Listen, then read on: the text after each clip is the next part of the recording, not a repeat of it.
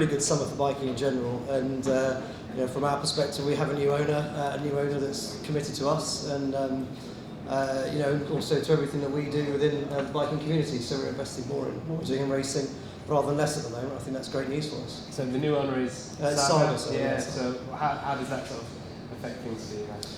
Well, it means a change of office. It means we're all employed by somebody new now, but that's about it really. So as far as everything that we provide, and I say our backing of British biking, we're carrying on as we were. If anything, we're investing more than we were before. So I think it's a really good thing for us as people who work at Bennetts, for Bennetts and for our customers. So it's great.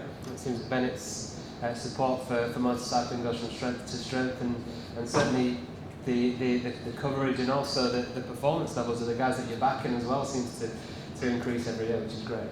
Well, it's fantastic, and we're very fortunate to work with some fantastic and really committed motorcyclists and racers. So it's brilliant to see them having great seasons. You know, we certainly enjoy backing them, but we certainly can't claim anything for their success. It's entirely down to them, and it's brilliant to see.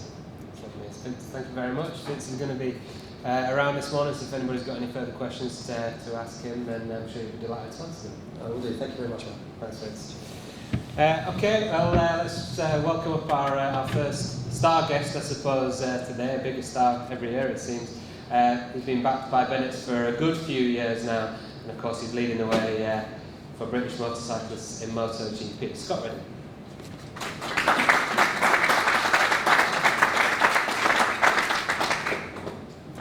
Morning, Scott. All right. Yeah, I'm good, thanks. Good to see you looking fit and smiling and well. I know it was a tough weekend for you in Germany, but looking ahead to Silverstone now, and a place that you've got such fantastic memories of.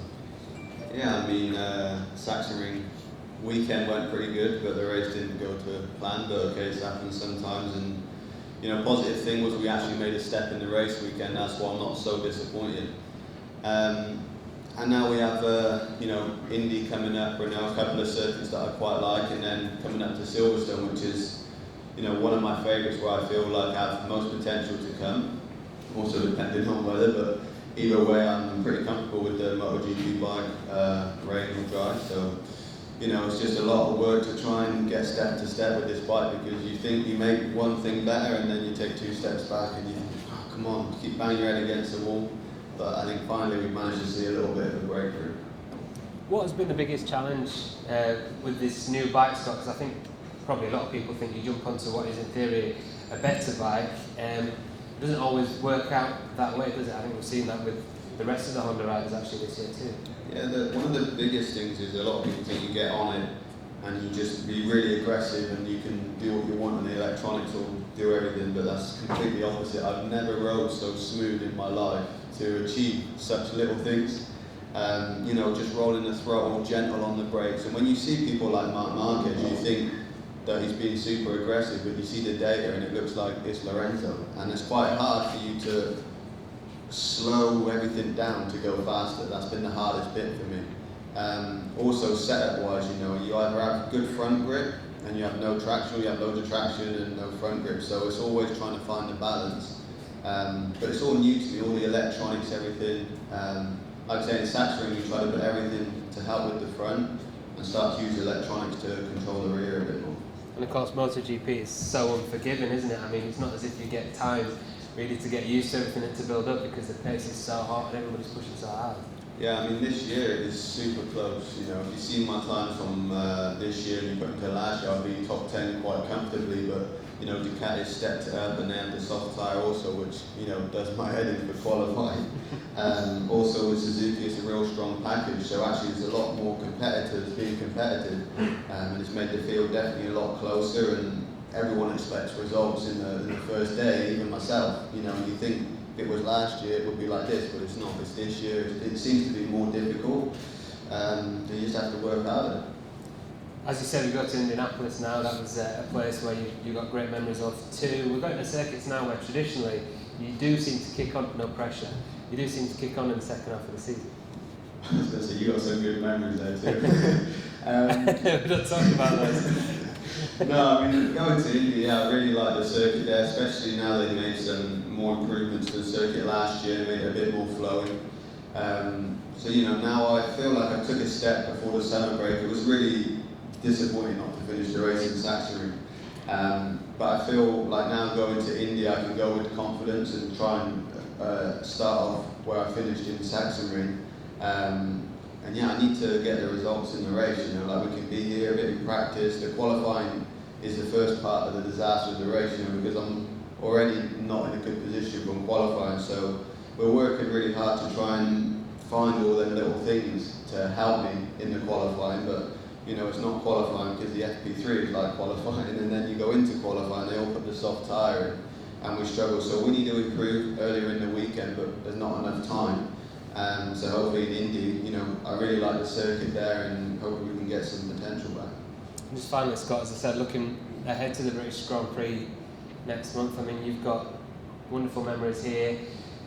2 years on from your victory here in Moto2, the atmosphere that day was such a special occasion. You were able to win the British Grand Prix as a Brit, not for the first time in your career, of course, you did it 1-2-5s as well. How special are those memories right now? Yeah, I mean, you always have that vibe when you come to Silverstone. Even this morning I come in, and it goes through your head, you know, it's something that you don't ever going to forget. But you know, even last year with the MotoGP bike for me here was, you know, I had a fantastic weekend. And I think we can have another good weekend here. You know, it's one of my favourite circuits just because it's so fast and flowing, and it gives you that adrenaline and almost a scare, you know. So I can't wait to get here and, you know, get out to FP1 and just try and be as consistent and fast as possible, as soon as possible. And the support of that crowd, of course, always mega for you boys. You know, having travelled around the world where you don't really get it. Yeah, I mean, you get a bit here and there, you start to notice it more, but when you come to Silverstone, it's like another world, you know, with all the fans and stuff. You know, a lot of people say, oh, you don't see it, you don't feel it, but you feel it, you know, especially when I won in Moto2 here, you feel the vibe of the crowd, and that makes you feel proud of what you do. You know, you do all that for the fans, and you actually give something back to them.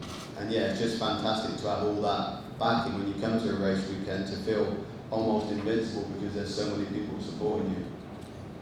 Well, they were great memories for you, but they were for everybody else who was there as well from 2 years ago, and hopefully many more to come. Scott, stay with us because we're going to bring up another Bennetts ambassador now who's hoping to follow in Scott's footsteps all the way to MotoGP, and he's certainly going the right way about it at the moment. He's in the Red Bull Rookies this year.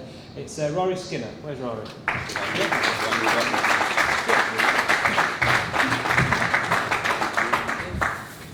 Morning, Rory. Morning, Matt. How are you doing? Good. A bit like Scott, you had a solid weekend at Sachsenring, and of course now you're racing the Grand Prix circuits with these guys as well. What a fantastic experience for you. Yeah, I mean, this year it's been a massive learning curve. Just learning the circuits and the road is just a massive kind of thing. We've got to learn about how the Moto3 works compared to GP 125, and I'm really enjoying it. And Sachsenring went quite well. I got taken off in qualifying, unfortunately, by another rider just as an extra pit lane. And I didn't get the best qualifying, so I made it hard for myself in the race. But first race I didn't do too good really. I got 18th, but I'm still happy because there's an improvement from my qualifying. And then the Sunday race, I really improved. I got a 11th position, my best result this year.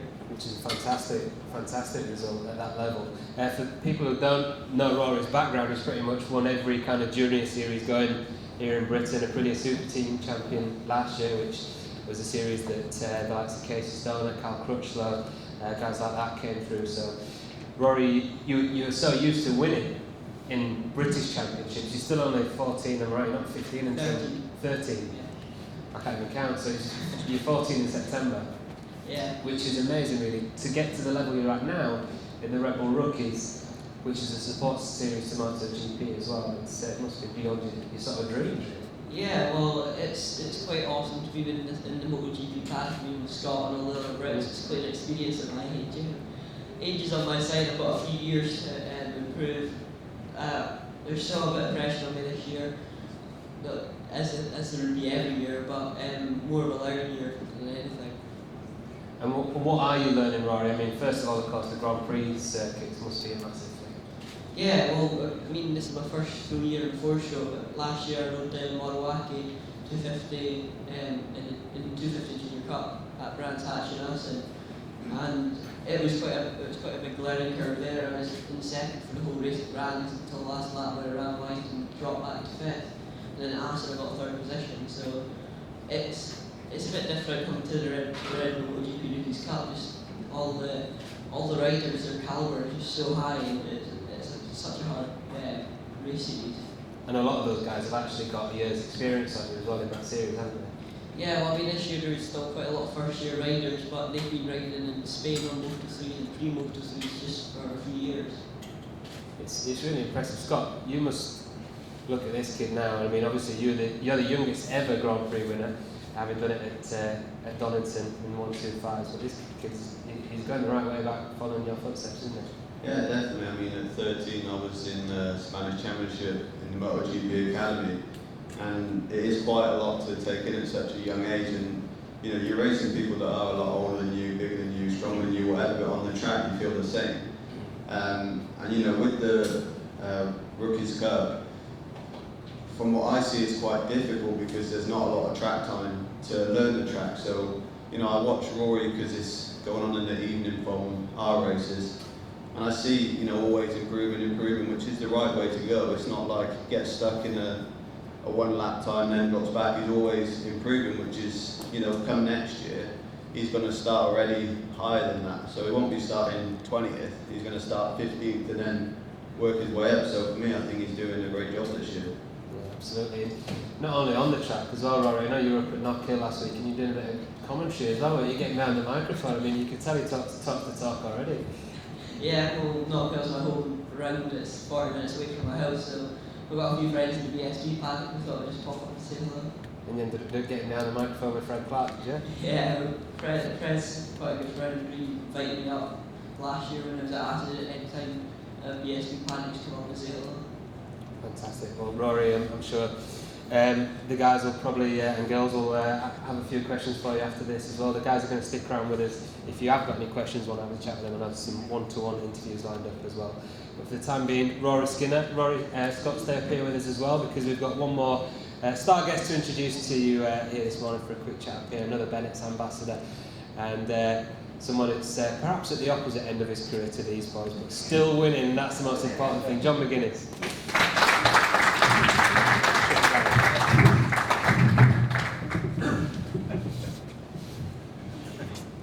John. Hi, boys. I did the first ever Super Team Championship in 1990. That was a long time ago, yeah. Kawasaki KLS, so I was about 18, I think, at the time, yeah. So great. I remember it like yesterday, you know. David Jeffries, the late David Jeffries did it, James Hayden, you know, some top class boys at the time, all got on to be top riders. 1990. Old enough to be his dad, and probably his dad. So. Not mine, unfortunately. Yeah, 25 years of racing this year, so it's a long time. It is, mate. 25 years, a quarter century of racing, John, and you're not slowing down, are you? I mean, despite what the bookies thought and what a lot of people thought at the TT, you come out flying in that senior and just prove to everybody that you're still the man. Yeah, I mean, to be honest, I'm sort of trying to make it up how I did it, but I don't really know how I did it. I was sort of, I don't know, I get motivated by certain things, you know, people say I'm finished, I'm too old, I'm too fat, etc, etc. I've lost it, and, you know, I was struggling a little bit through the week, but I wasn't really, I was going okay, you know, it's just so competitive now, you know, I mean, I finished 7th in the 600 race and did 126 miles an hour, which wasn't bad, you know. I finished 8th on a super stock bike, it was the first Honda Home, it wasn't bad, you know, so I took the positives out of it, and, you know, with a day off on the Thursday, and it's tough, you know, people don't understand that we rode from Tuesday till Wednesday, so over a week we're doing 200 to 300 miles a night in practice, and then all the races on different bikes, and I was knackered, you know. Come to Wednesday night, I was bollocks, so. Thursday was a recharge, and I disappeared off with the family and went down to the Sound, which is where the car for man is. There wasn't a motorbike inside, we just laid on the field, recharged, the batteries came out. And, you know, funny little things motivated me. I read a little bit of social media, and I was 16 to 1 on the bookies and stuff. Definitely should have had a few bob on myself there, but I just come out fighting, yeah, just strong from the start, and we swung.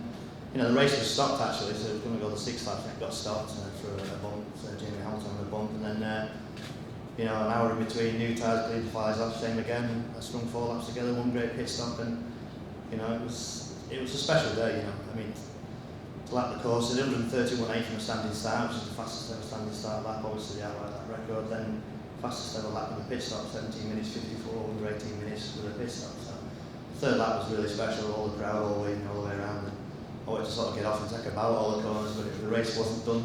You know, I had to keep fighting away and not making any mistakes, and to cross the line was massive relief and something really proud of, you know, what we did. So, you know, I've been living the dream last few weeks, and you know, get pats on the back, and I suppose in a few weeks I'll be forgotten about. But at the moment, it's been awesome last few weeks. Well, you'll never be forgotten about, John. I mean, you're right up there now, 23 TT wins, just 3 behind Joey Dunlop, and I guess the plan is keep going, keep winning. I suppose so. I mean, I don't really think about it. You know, I just like take it every year it comes. Make sure all the I's are dotted, really, and T's are crossed with all the mechanics and everything's working good, and you know, get the thumbs up from the wife, which is normally gives me the thumbs up to carry on. And, you know, I forget. I don't want to know what happens in the business. Yeah.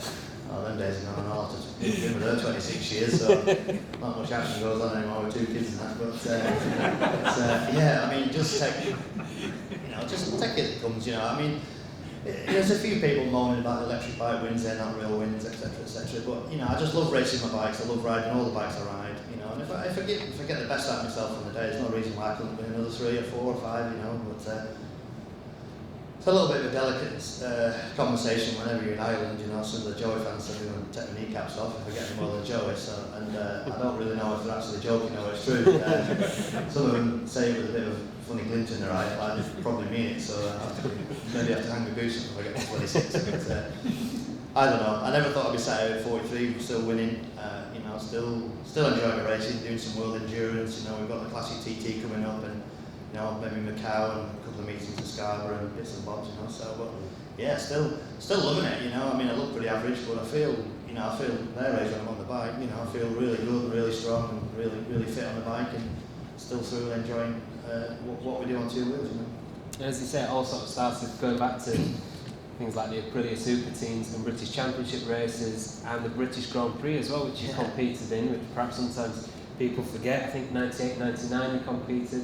And if Yeah, you're not did wrong, 4. did 4, yeah. 250, 3 500 Grand Prix as a wild card, scored points in them. And, you know, I know what Scott's saying on your home Grand Prix. You know, it's a bit intimidating, really. I was onto the wild card on a 500 twin, and McGuinness looking at me on a 4-cylinder factory bike, and I was looking down at you like, what are you doing on track? And all them boys had a fight with Alex Barros on track. Give me, oh, we live. Yeah, he called me a masturbator with a handshake. So I smacked him on the track, which wasn't great. So yeah, I've been there, done it all, you know, and it's been, I don't know, you know, World Super Sport. Like I say, people do forget what I've done. I won the British Championship in '99. I went to Daytona and beat the Yanks in their own garden and stuff. So it's been awesome. You know, I've done that Donington. They used to have a track invasion as well then. So everybody would mob you, and I got a flag, and I thought it was really cool. And riding around with this flag, it was that big. It got wrapped around the back wheel, not the back wheel. So it was alright for it. So I was sat inside the track. Oh, the flag was wrapped around the back spindle. So the bike was just solid. So I had to get in the coast car and come back, which wasn't cool. But I've done the Grand Prix race. You know, I was in Valentino's first ever 500 win as well, which was pretty special in that wet race. And so Jeremy McWilliams was third. And, you know, unbelievable memories. And you know, it's just been an amazing journey for 25 years. And now, John, at this point, I suppose, like you say, you had Mick Doohan maybe looking down at you at one stage, and Valentino winning a race that you were in, and yet there you are a couple of weeks ago, and Valentino's talking about you sort of hero status for what you've done and what you're still doing on the roads. That's pretty amazing. Yeah, it's pretty cool. You know, I speak to Valentino a bit, and sort of a few of the boys, really, a few of the MotoGP boys, and you know, they're absolutely incredible at what they do. Massive respect to them guys. I mean, yeah, look at Valentino, he's 37, and you know, he stood on the balcony at Goodwood. He was like the new Pope who just stood with his hand down just to see a people, and he absolutely completely outstrutted Nico Rosberg, which wasn't a bad thing, you know. Yeah, he came straight to me and said, "Well done." He'd been listening to him and watching it on the telly, and watching the live timings and things. So to me, he's an absolute god, and you know, he's keeping his eye on what we do. But he's just an enthusiast, you know. He watches the rally, he watches the speedway, he watches the motocross. You know, he watches everything. You know, bloke's not skinny, but he still wants to ride motorbikes, which is 17 point. Yeah, I'm not got as much money as him. But yeah, I mean, it's 17. Seriously, I mean, it's that passion in it that keeps you going, yeah. Keeps you motivated, no matter what age you are. Absolutely. You know, he's invited me to his ranch, so I've never been, so I'd love to go there. So I like a bit of speed and a little bit of flat tracking and stuff. So, you know, we'll definitely be taking up on that offer and go and have a skid round with him, and hopefully we'll T-bone him, do some damage to him. But you know, like I say, I'll watch these kids coming through. They're the next, and like I say, back the Brits. You know, there's been some fantastic riders coming, and like World Superbike, look at us, we're dominating it now as well. So you know, it's pretty it's strong at the moment, and I'm just loving it at the moment. Absolutely. Long may it continue. Thanks very much, John McGuinness, everyone. One more seat available here. So let's do it now with a British Grand Prix legend, Niall Mackenzie.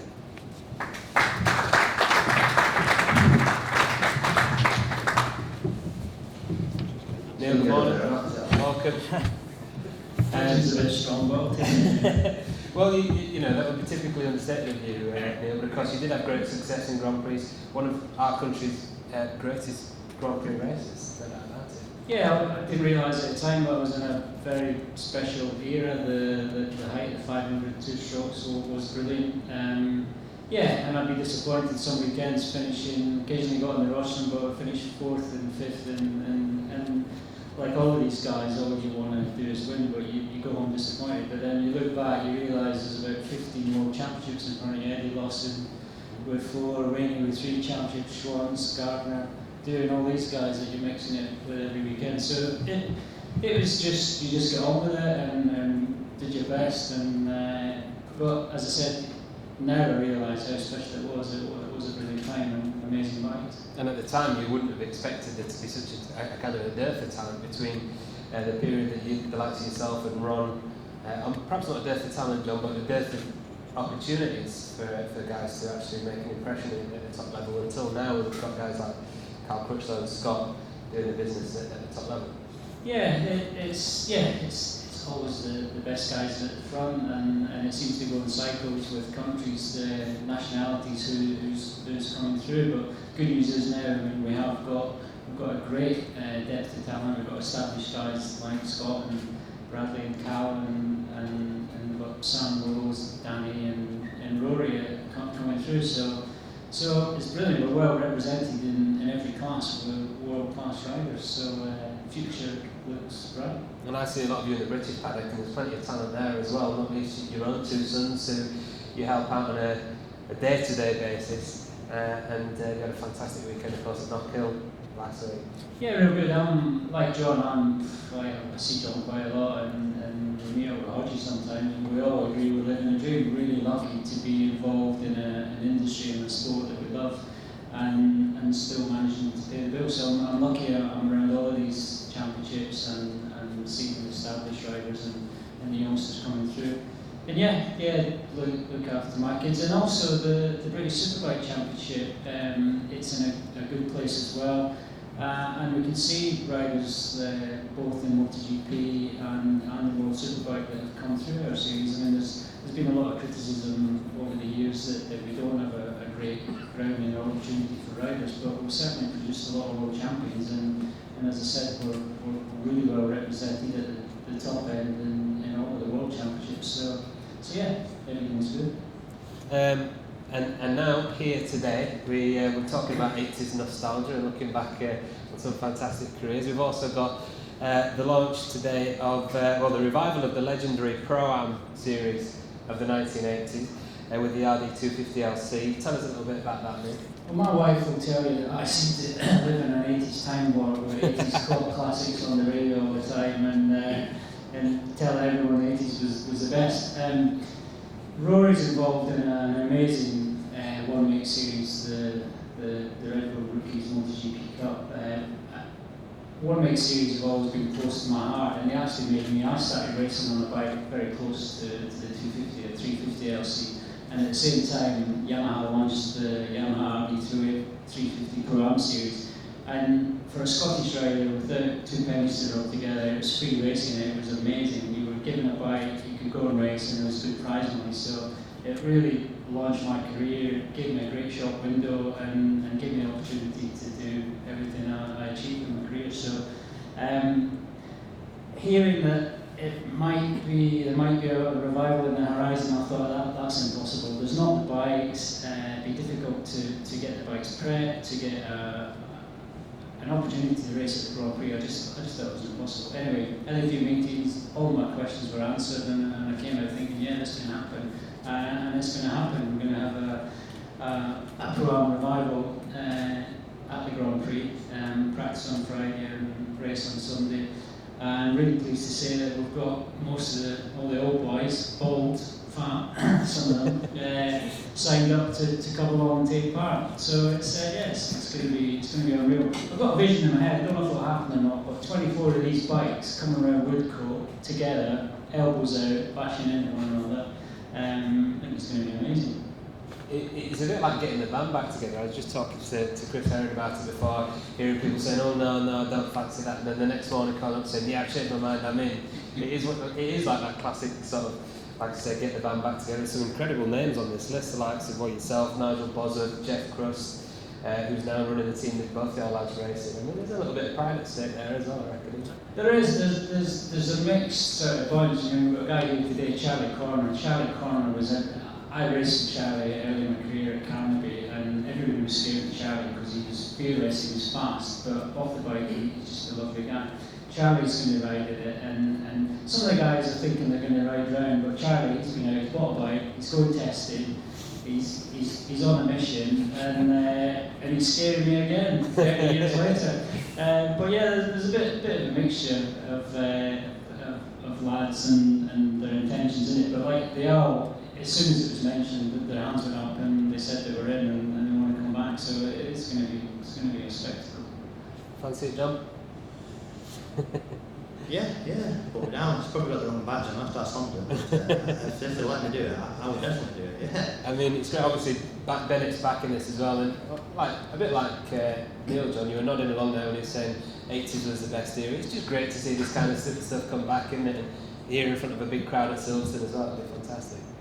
Absolutely, like I say, it's not going to get competitive at all, is it? It's going to be probably more than elbows going in, there'll be a few feet going in, I would imagine. But be a great track for it, there'll be slipstreaming behind each other, and I just think it's good to see. There's a lot of people out there remember them times, and let's bring it back. I was at Mallory Park at the weekend with that bike bonanza. There's a lot of people there, a lot of old boys and stuff, and there's still. They look a bit grey and like I say, or no hair at all, and they're still, but in here there's still a bit of passion, in the heart. So it's definitely going to be interesting. It'll be good to watch, and at least probably even better to be in it. So, it's not finished yet. I've been doing some schools with it at Knockhill, and gets a bit between the teeth now and again. It still looks pretty stylish, so I'll have a 10 on your Neil. And make it even more interesting. We'll all look forward to that. And just finally, Neil, of course, that is part of what's going to be a fantastic weekend here at Silverstone next month with the British Grand Prix. Great to see it here at such a legendary track before hopefully moving to the Circuit of Wales in the future, and it's going to be another cracking weekend, we think. Oh, the Grand Prix is going to be amazing. I mean, it was an amazing atmosphere last year. We had lots of success, and it's looking even better this year. I love the whole weekend. Get down here Wednesday.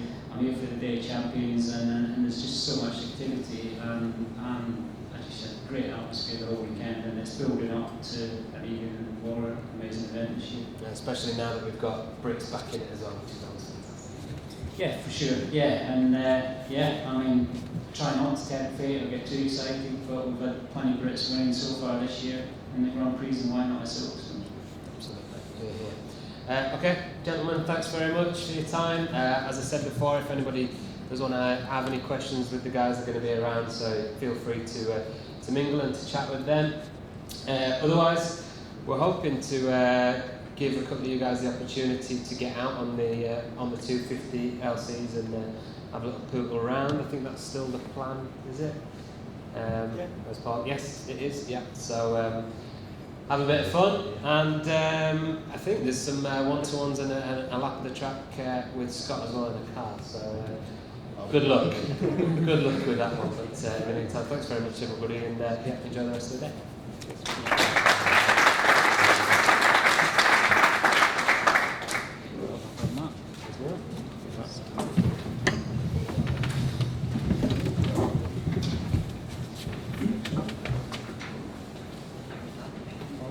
I won't get to the Grand Prix. Classic TTR. Oh, you are, yeah. this side, Bennetts.